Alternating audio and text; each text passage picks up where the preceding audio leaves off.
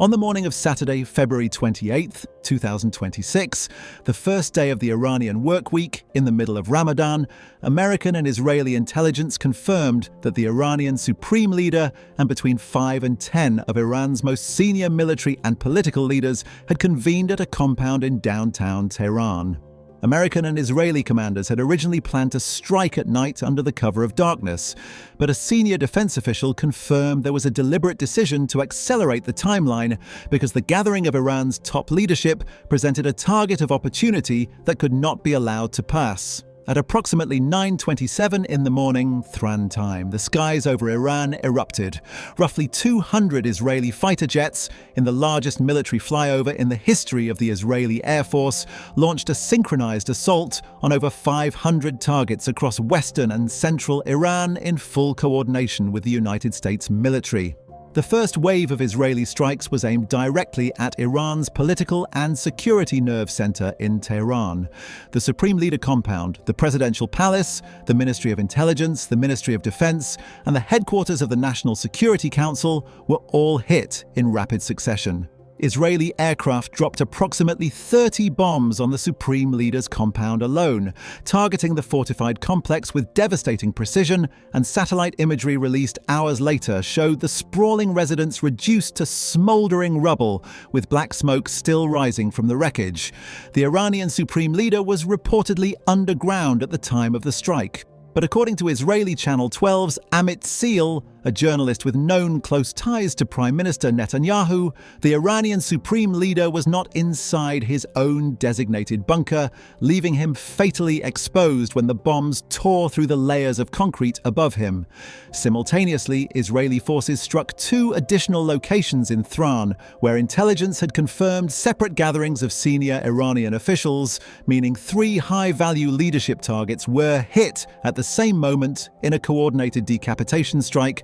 unlike anything the modern Middle East had ever witnessed. Among the senior officials confirmed killed alongside the Iranian Supreme Leader were Ali Shamani, the Secretary of Iran's Defense Council and the Supreme Leader's personal security advisor, IRGC Commander Mohammad Pakpour, who led Iran's primary military force, and Defense Minister Aziz Nasir Zad, who oversaw the country's long-range missile production. Also eliminated were Mohammad Shirazi, who had served as the head of the Supreme Leader military office since 1989 and was the direct link between the Iranian Supreme Leader and every senior commander in Iran's armed forces, and Salah Assadi, the intelligence chief responsible for shaping Iran's strategy against both Israel and the United States. A senior Israeli security official confirmed to Fox News that 40 Iranian security and regime figures were killed in Israel's opening strike on downtown Tehran alone, a staggering blow that effectively severed the head of the Islamic Republic's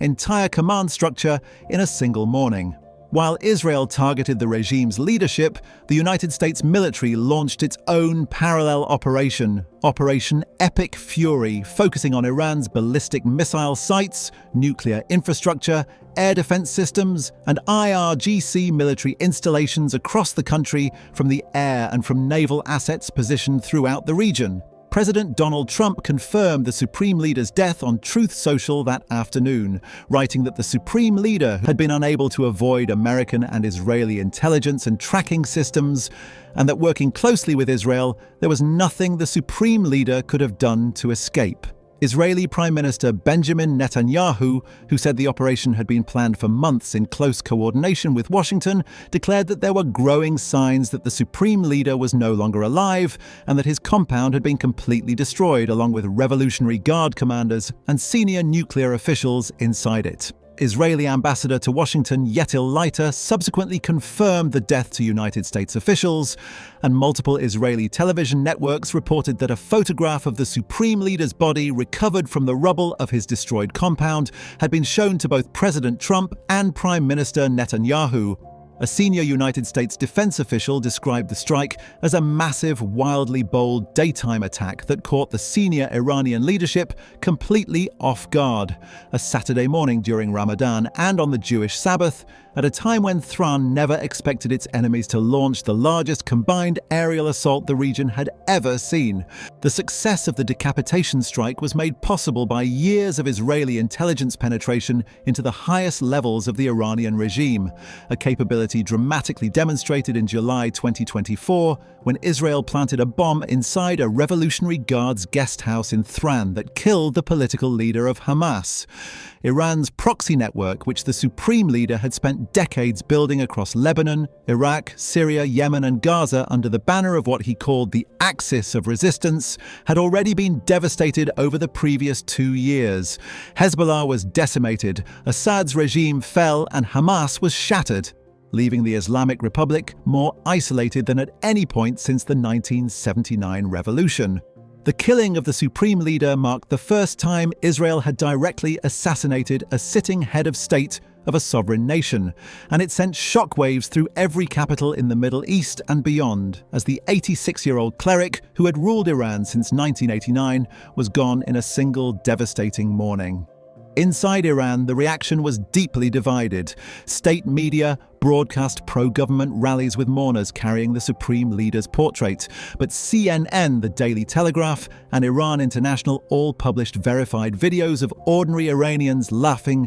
cheering and chanting death to Carmen and death to the Islamic Republic in the streets of Tehran itself. With much of the IRGC's senior command structure also destroyed, no successor publicly named, and the constitutional body responsible for selecting a new supreme leader unable to convene while airstrikes continued overhead, the Islamic Republic faced its most existential crisis since the revolution that had created it 47 years earlier. The strike on the supreme leader's compound was not an act of impulse or improvisation. It was the culmination of months of painstaking intelligence work, joint American-Israeli operational planning, and a strategic buildup of the largest United States military force deployed to the Middle East since the 2003 invasion of Iraq.